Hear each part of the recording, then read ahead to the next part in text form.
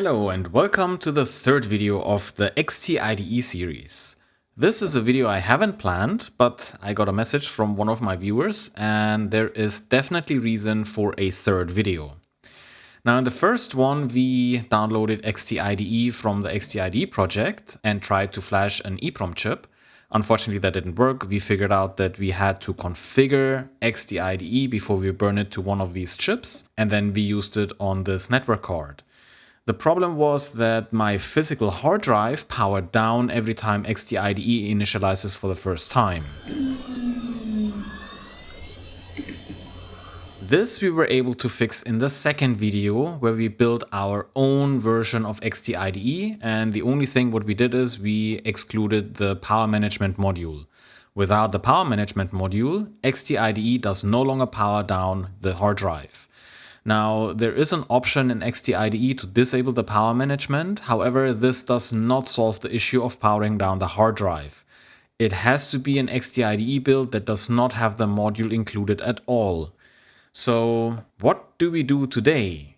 What if you don't have access to an XT-IDE ISA card, or an ISA network card, or one of these EPROM chips, or an external programmer? Apparently there is a method that allows you to load XT-IDE through a floppy disk. And this is what we are going to try today. If this solution works, then I believe that this project, which by the way is publicly available for over 3 years, has way too less traction in the community. So let's jump right into the project, because we need to compile a few things again, create floppy images, then copy them to our floppy disk, and then we can try if we can boot into our 6.4 GB hard drive on a 386 system that usually is limited to hard drives of around 500 megabytes. I will fire up my Windows sandbox again, because we will build everything in a virtualized environment. If you want to follow along, you can do that. So let's jump into the Windows sandbox and let's get started. Okay, now I'm in the Windows sandbox. Let's start to look at the project that I mentioned just a few moments ago.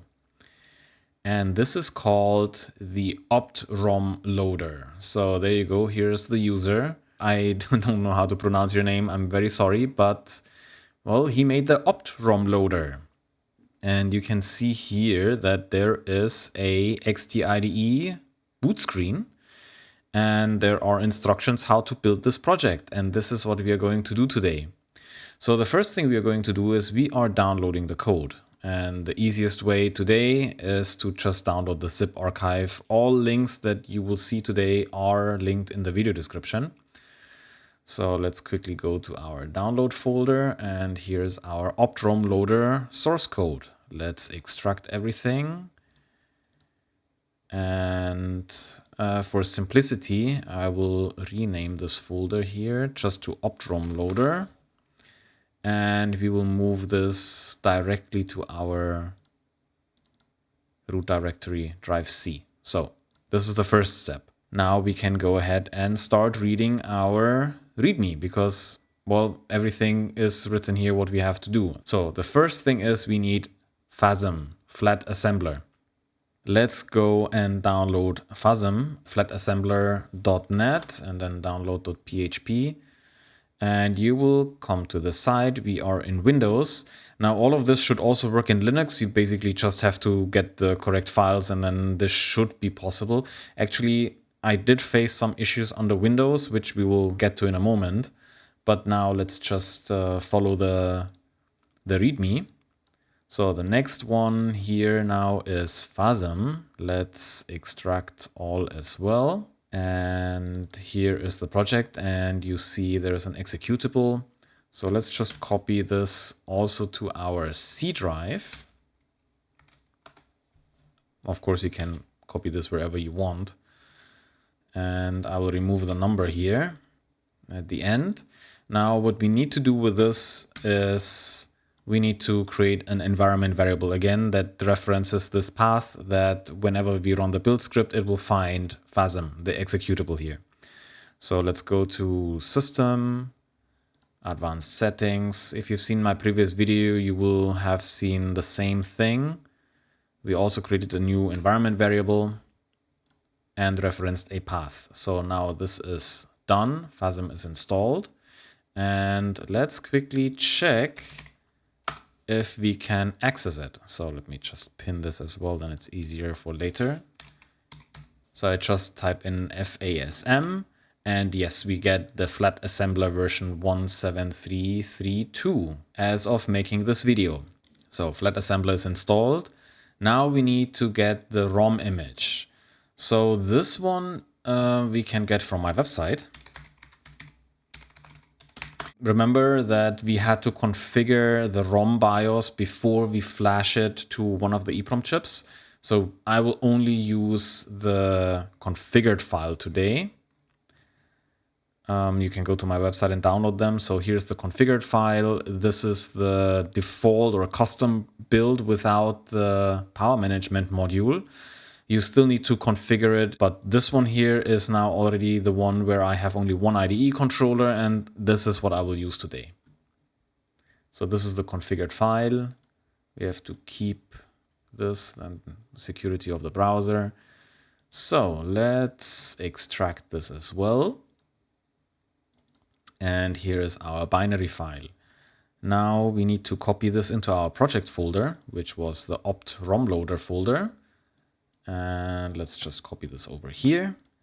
But we also need to rename it because some of the build scripts rely on this specific name. So let's take this and this file name and rename our file here. So now we are done with this step. Here's our XT-IDE and mentioning that you need to use XT-IDE CFG tool to configure and sign the ROM image. So this is what we did. That is why I downloaded the configured file from my website. We could test this ROM if we would call this command. However, we need two things before that. So before I can call this, we need to install make for Windows to have this command. And then if we go to our build script, now I quickly need another file, and this is Notepad++, which I already downloaded. Let me just install that very quickly. There we go. So this is just much easier to work with than Notepad. Now we can get to our project folder and look at makefile. The command that is given here is emulate ROM. So what we see here, emulate ROM, it calls QEMU. So we need make and QEMU to emulate this BIOS ROM. I do not want to go through Google right now and look for this. So these links are in the video description. We go for the complete package here and let's download this very quickly. So make, let's install it. All defaults. We do not need to worry about any of these right now. It did install it into the programs directory. I think it was here. And the binary, this is our make file. This is what we unfortunately also need to add to the environment variables. If I try to run make, nothing is going to work right now because it cannot find the make application, which is here. So let's go to our environment variables, into the path, new, and put our binary folder in here that it will find this make. So right now it will still not find it because we have to restart the command prompt. And now it finds the make file. So we installed make. Now we can install QEMU. This is an emulation software. I will not get into detail. There are very nice videos on YouTube. If you want to know more about that, please go ahead and watch those ones. I just want to run it to show you how cool this is. So let's get QEMU. And this you can find at this link. You just download the latest version that you can find. For me, it's from 24th of November. I already downloaded it, so I will get this quickly, the 175 megabytes. So here we go. Okay, so QEMU. This will be also something that we need to add to our path variable. Okay, so the setup has finished. We don't need this anymore. Let's go to our programs directory once more. which I think it was here, QEMU. And if we scroll down here, you will find some applications, one for different architectures. So we are interested in this one. We need to add this folder again to our environment variables. And this is it. This is all we need to do to set up this project. So let's close out and go to our project folder. So we already copied our BIOS in here, and you see it as the 12 kilobytes. So this is the configured version. Don't forget, configured version. Okay, so now we have the make command we tested. We also installed QEMU. Let's see now what happens when we run it. So I just opened the command prompt in the project folder, copied this command in here, and magic.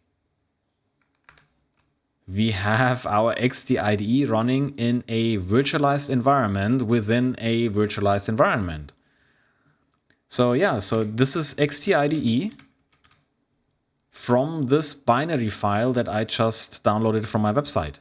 So this is correctly configured. We can use this one and either burn it on one of these EPROM chips, or we can now go ahead and create a floppy disk. How cool is that? Here is some information how you can configure some of the values inside the make file. This is the one that we have already looked at. We looked what this emulate ROM is doing. So here are a few options that we can look at.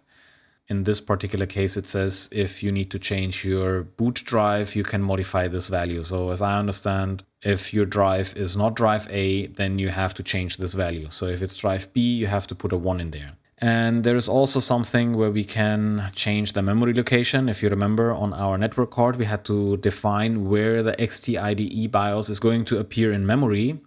The same concept appears here. If this is not specified, then it will take a portion of conventional memory. More about this later. Now we can continue with the points here mentioned in the documentation, and it says we can run make. So let's just run the command make. And it errors out. So something is not correct. And I think this is probably an incompatibility from Linux, or maybe it works in Linux, but not under Windows. So what we need to do is we need to get rid of all these single quotes around optrom.bin. That is all we need to do. Just get rid of these. Save the make file. I didn't change anything else in this file. Just remove these single quotes. And let's try again. Make. And we have succeeded. So let's check our program folder. And you can see we got a lot more files now. These 3 files, as I understand, they were just created during the build process. But the more important files are these ones. And you can see that you get a floppy image for each type of floppy disk. So this is a 1.44 megabyte image. But you also get other formats, so you could use also a 5¼ inch floppy disk if you have one. So what I will do now is I will get these floppy disk images to our system, because we need to write it to the floppy disk. I cannot do this from this environment. But there is one more thing I want to do before we do that. If we go to our documentation one more time, you can also call make emulate. So we already did the make emulate ROM. This is where we just emulated the ROM, but we can now also go ahead and emulate. And let's see what the emulate command does.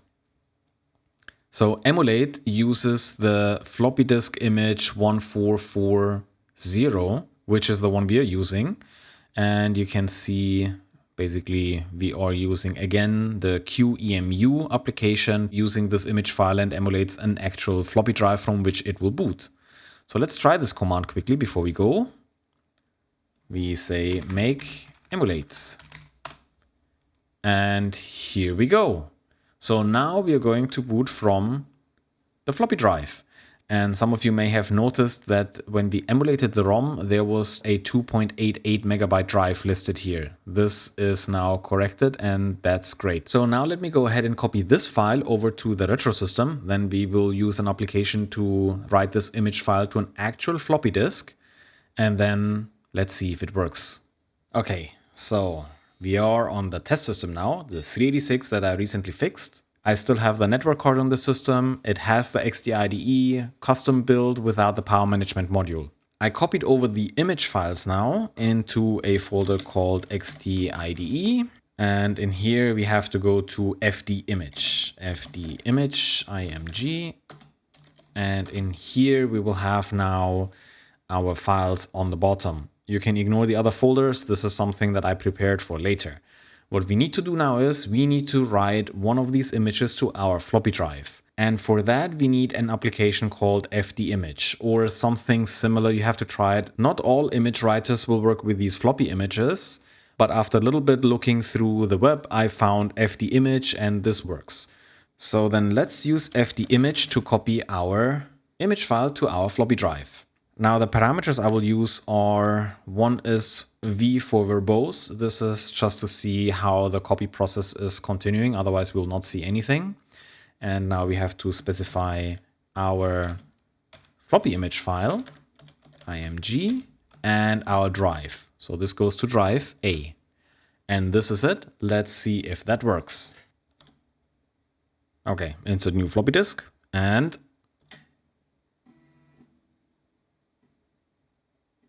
there we go. There we are.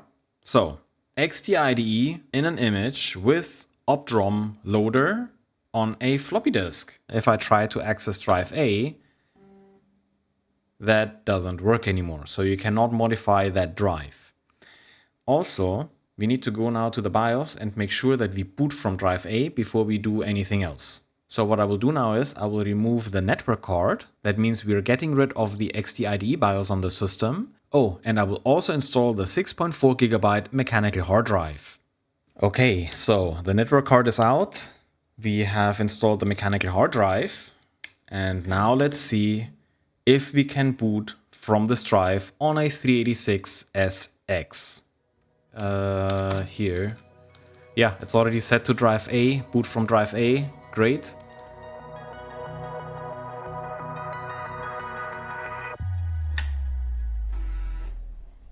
Oh, it boots already from A, and we have XT-IDE.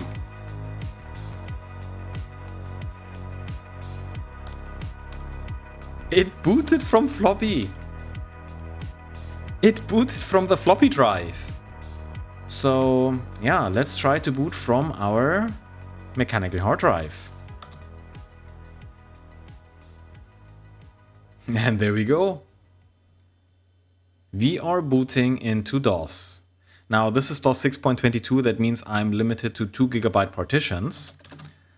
And as you can see here, yes. So we have 2 million something bytes. We can quickly go to fdisk and verify what we get there. So I can display the partition quickly, and you can see megabytes 2047. Now I could try to create another one, and it will be an extended partition. Now it will do some calculation. And here you can see total disk space is 6181 megabytes. Our drive is there. Unfortunately, I'm limited to 2 gigabytes in MS-DOS 6.22. However, we were able to boot from a hard drive that is not natively supported by this motherboard. If you don't have access to an ISA network card or to a EPROM or to a programmer or whatsoever, you have now a solution to use XT-IDE from a floppy drive. And that's pretty cool. The only downside there is that XT-IDE uses conventional memory now. And you can see we are loaded at segment 9D00. So let's keep that in mind and see if we can find something at location 9D00. Remember that the upper memory starts at A000, so 9D00 is right at that border. And the README of OPTROM loader also specifies that it will take from the top part of the conventional memory space. So let's quickly go to MSD. And let's try to figure out if we can find our XT-IDE binary file that is somewhere in conventional memory. Let's quickly check memory block diagram. And you can see here in 9C00, this one looks like we have something in this memory area. So from here we start with the upper memory from A00 all the way up. This is some VGA memory and BIOS ROM, and then we have our system BIOS ROM, which starts from F000 and goes all the way up to FFFF. So this small section here that we can see here is our XT-IDE, and all of the rest here is basically free memory. So yes, XT-IDE uses a little bit of conventional memory, but if you need access to a better IDE management BIOS, then I think this is a great solution if you do not want to deal with EPROMs, network cards, XT-IDE extension boards, programmers, and all this other stuff that we have seen in video number 1 and 2. You still need to configure your XT-IDE BIOS, don't forget that, but then you can just write it on a floppy disk and boot from there. And that's more or less it. So I'm curious if you are going to try this. Let me know in the comments, I'm really curious. Now, if we go back to the documentation of OPTROM loader, you will see that there is specifically mentioned that you can use upper memory. However, I was not able to get this to work. Every time I tried this, the system just didn't continue to boot right there when it's supposed to start XT-IDE, but that never happened. If you know how this could be done, please let me know. I will add this to the post that I will publish on my website in the future. But yeah, so far I think this is still a very amazing project.